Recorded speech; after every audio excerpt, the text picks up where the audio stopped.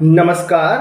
आप देख रहे हैं द रत्नेश टॉक और मैं हूं रत्नेश रंजन। मेरे सभी सामाजिक परिवार के सदस्यों का बहुत बहुत स्वागत है।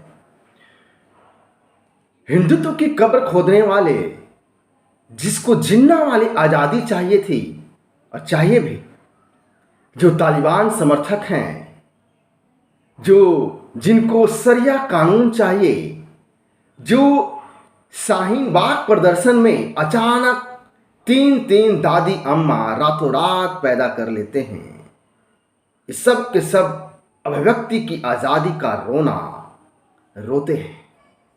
उन्हीं में से एक मैक्सेस अवार्डधारी पत्रकार है, मैं नाम लेना पसंद ही नहीं करूंगा, आप स्वयं समझें, जो फर्जीवाड़े में सब की कतार में सबसे आगे है। मैक्सेस अवार्डधारी पत्रकार जो लोगों को 2.5 महीने तक न्यूज़ चैनल देखने की बातें कहता है कि ना देखने की बातें करता है, वो दर्शकों को कहता है, स्वयं स्क्रीन काला करता है और दर्शकों को भी 2-2.5 महीने तक चैनल ना देखने की नसीहत देता है। आज जबकि उसकी खुद की चैनल पे पाबंदी लगी है, तो अब वो नैतिकता, ईमानदारी और अभिव्यक्ति की आज़ादी और स्वयं की मेहनत की दुहाई दे रहा है। मैं बात कर रहा हूं एनडीटीवी चैनल, ऐसा चैनल जो मीडिया जगत में या यूं कहें न्यूज़ चैनलों में जो फर्जीवाड़ा की जो जन्मदाता है, एनडीटीवी का मालिक प्रणय राय। पूरा मामला क्या है, आइए उस मैक्सेस अवार्डधारी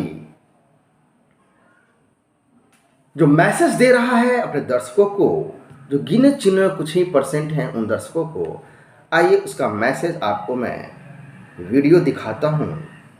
ये देखिए। आपसे एक बात कहना चाहता हूं, हैथवे केबल ने अपने पॉपुलर पैक से एनडीटीवी इंडिया को हटा दिया है।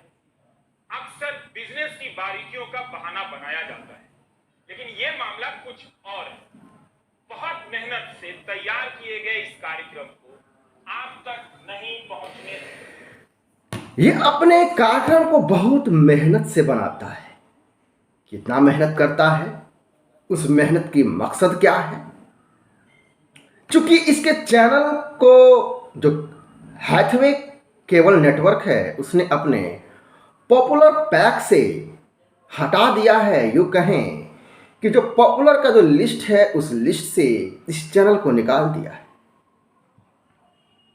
ये वही चैनल है जिसने दिल्ली दंगा में मुस्लिम युवक शाहरुख को अनुराग मिश्रा बनाकर पेश करता है।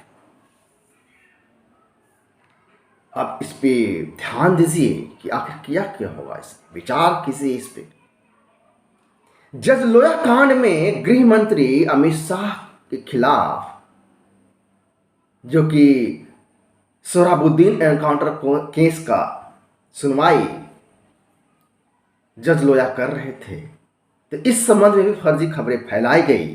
ये वही चैनल है, ये वही वामपंथियों की जमात है जो इशरत जहां को भारत की बेटी बता रहा था,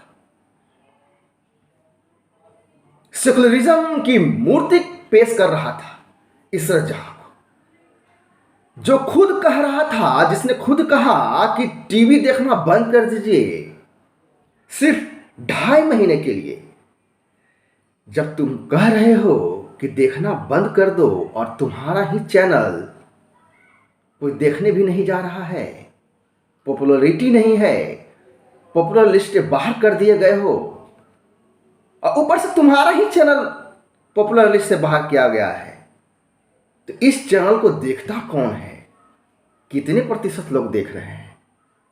स्वयं ही अपने आप को पॉपुलर बता रहा है, अपने काम में कितना मेहनत करता है वो ये बता रहा है। जब तुमने लोगों को सलाह दी कि टीवी 2.5 महीने तक बंद रखो, न्यूज़ मत देखो, चैनल को बंद रखो, तो इसकी शुरुआत तुम्हें खुद से करनी चाहिए, खुद चैनल से ही।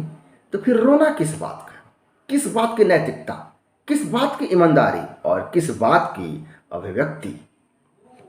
यदि तुम पॉपुलर होते तो हैथवे को क्या, हैथवे केबल नेटवर्क को क्या पागल कुत्ते ने काट रखा है? क्या पॉपुलर लिस्ट से हटाकर वह अपने ही पैर पे कुल्हाड़ी मारेगा? बिजनेस को डाउन करेगा क्या? कितना हास्यास्पद स्थिति है। दर्शकों से कह रहा है केबल नेटवर्क हैथवे को फोन कीजिए। ये शब्द मेरे नहीं हैं, आइए उसके शब्द को फिर मैं आपको सुनाता हूं।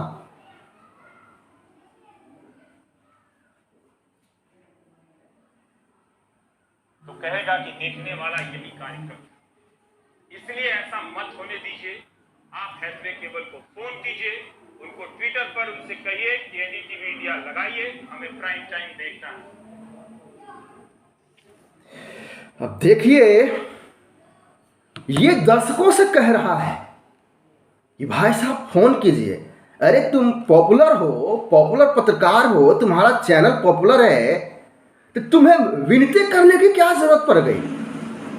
यदि तुम पॉपुलर हो, तुम्हारे चैनल पॉपुलर हैं और तुम्हारा धोखाधड़ी करने वाला फर्जीवाड़ा का सरदार एनडीटीवी चैनल का मालिक प्रणय राय इतना ही पॉपुलर है, तो दर्शक खुद बेचैन होंगे, खुद ही फोन करेंगे, खुद ही समाधान भी मांगेंगे, या यूं कहें तो शाहीन बाग की तरह प्रदर्शन भी करेंगे, धरना देंगे। तो तुम यदि पॉपुलर हो तो तुम्हें बताने की जरूरत नहीं है, ट्वीट पर भी लिखने की जरूरत नहीं है, वीडियो मैसेज जारी करने की जरूरत नहीं है, लेकिन जबरदस्ती का तुम अपने आप को पॉपुलर बताते हो। तो इसलिए मैंने कहा कि कितनी हास्यास्पद स्थिति है। तो इसलिए मैक्सेस अवार्डधारी पत्रकार थोड़ा दिमाग लगा लो। यदि दर्शक को जरूरत होगी तो तुम्हारे चैनल की वो खुद ही फोन करेंगे, तुम्हारे चैनल के लिए हैथवे केबल नेटवर्क को। तुम्हें बोलने की जरूरत नहीं पड़ेगी, तुम्हें हाय तौबा मचाने की जरूरत नहीं पड़ेगी, तुम्हें बेचैन होने की जरूरत नहीं पड़ेगी, तुम्हें चीखने चिल्लाने की जरूरत नहीं पड़ेगी, तुम्हें शब्दों के साथ खेलने की जरूरत नहीं पड़ेगी। ये वही लोग हैं जो नैतिकता की बातें करते हैं। आयकर विभाग ने एनडीटीवी को कुछ महीनों पहले की बात है, 642 करोड़ रुपए की मनी लॉन्ड्रिंग और टैक्स चोरी का दोषी पाया।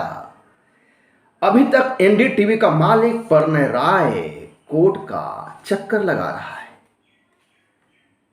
सेबी का भी मामला कोर्ट में चल रहा है, क्योंकि इसने शेयरधारकों को गुमराह किया। सेबी ने कहा कि पैसा वापस करो।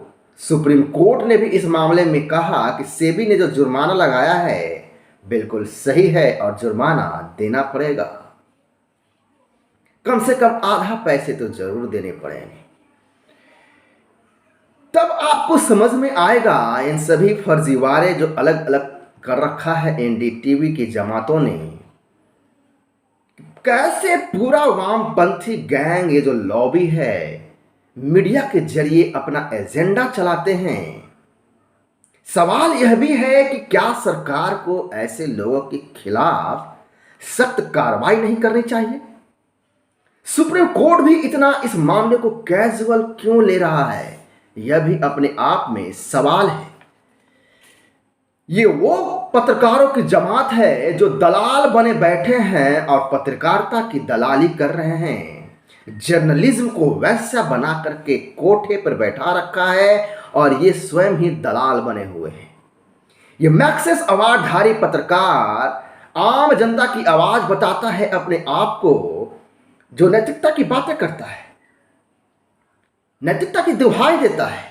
लेकिन नैतिकता एनडीटीवी चैनल के मालिक के अंदर कितना है, वह अपने आप में एक बहुत बड़ा सवाल है।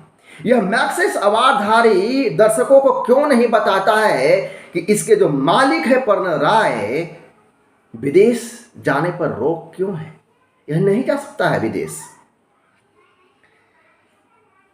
चूंकि एनडीटीवी का मालिक ही स्वयं सबसे बड़ा धोखाधड़ी करने वाला धोखेबाज का सरदार है, जिसने मीडिया में, चैनल में भ्रष्टाचार को जन्म दिया।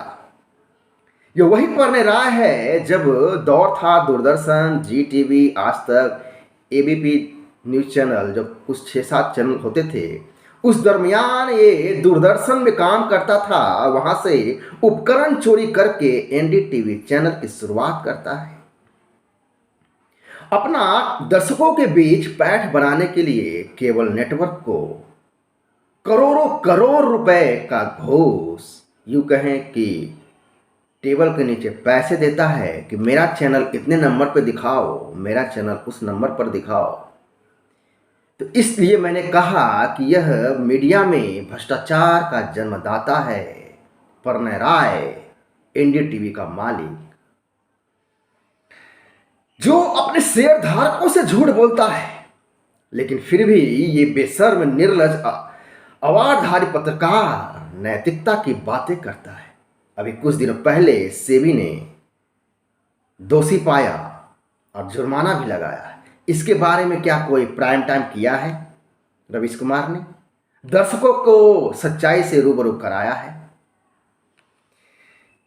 एक ऐसा बेईमान, एक ऐसा चोर जिसका धंधा ही धोखाधड़ी और झूठ है, वो नैतिकता की बातें कैसे, कितनी बारीकी, कितनी चतुराई से कर लेता है, यही तो हमें आपको समझना है। अरे तुम्हें सेबी ने दोषी पाया है, सुप्रीम कोर्ट ने दोषी पाया है। पुलवामा मामले में एक दिन के लिए तुम्हारा चैनल पे पाबंदी लगा दी गई थी क्योंकि तुमने फर्जीवाड़ा खबरें फैलाई। इसी एनडीटीवी पर जब बरखा दत्त थी तो कारगिल युद्ध में लाइव प्रसारण के चक्कर में हमारे देश के कई जवान को शहीद कर दिया। क्या बरखा दत्त पर केस नहीं चलना चाहिए? कोर्ट ने संज्ञान क्यों नहीं लिया? ऐसे तो हर मामले पे यह संज्ञान लेने लगता है। ये वो लोग हैं जो पत्रकारिता को बंधक बना करके पत्रकारिता को वैसा बना डाला है, कोठे पे बैठा डाला है, और ये जिहादी पत्रकार स्वयं ही पत्रकारिता के दलाल बन बैठे हैं। इस वामपंथी गिरोह के खेल को समझिए। खुद ही झूठी खबर फैलाता है, खुद शाहरुख को अनुराग मिश्रा बनाता है, शाहीन बाग प्रदर्शन में रातों रात 3-3 नई दादियां पैदा करता है, जो चैनल अपने शेयरधारकों से झूठ बोलता है, जो चैनल सुप्रीम कोर्ट में दोषी पाया जाता है, जो चैनल खुद ही जज लोया केस में फर्जीवाड़ा करता है। लेकिन सुप्रीम कोर्ट ने इस वामपंथी गिरोह को फर्जीवाड़ा में पाया, यह भी हम सबको जानना जरूरी है। तब आप समझेंगे कि सरकार हमें कैसे अब तक 2014 से पहले तक अंधेरे में रख रही थी, या यूं कहूं मैं भी कि 2014 में मोदी जी के आने के बाद भी जो कार्रवाइयां दिखनी चाहिए थी वो नहीं दिखी है। चाहे वह कुर्सी की मजबूरी हो, या यूं कहें कि वामपंथी गिरोह जो संख्या में कम है लेकिन प्रभाव में बड़े हैं। तो यह भी सवाल है कि क्या सरकार वामपंथियों के प्रभाव में घिरी हुई है, दबी हुई है? यह भी अपने आप में सवाल है, विचार अवश्य करें। नमस्कार, जय हिंद।